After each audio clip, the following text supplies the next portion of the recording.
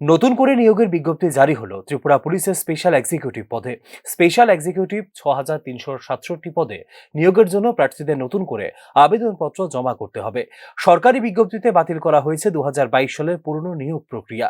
নতুন নিয়োগ প্রক্রিয়ায় প্রার্থীদের যোগ্যতা নির্ধারণের জন্য ১০০ নম্বরের ভিত্তিতে পরীক্ষা দিতে হবে। প্রসঙ্গত, ২০২২ সালের ৩রা নভেম্বর প্রথমবার পুলিশের স্পেশাল এক্সিকিউটিভ পদে নিয়োগের জন্য বিজ্ঞপ্তি জারি হয়েছিল। পরবর্তীকালে দ্বিতীয় দফায় বিজ্ঞপ্তি জারি করে পদের সংখ্যা বাড়ানো হয়, কিন্তু বিভিন্ন জটিলতার কারণে দীর্ঘ ৪ বছরে এই নিয়োগ প্রক্রিয়া সম্পূর্ণ হয়নি। এই পদে নিয়োগ প্রক্রিয়া শেষ হচ্ছে না বলে কর্মপ্রার্থীদের মধ্যে কিছুটা ক্ষোভও তৈরি হয়েছিল।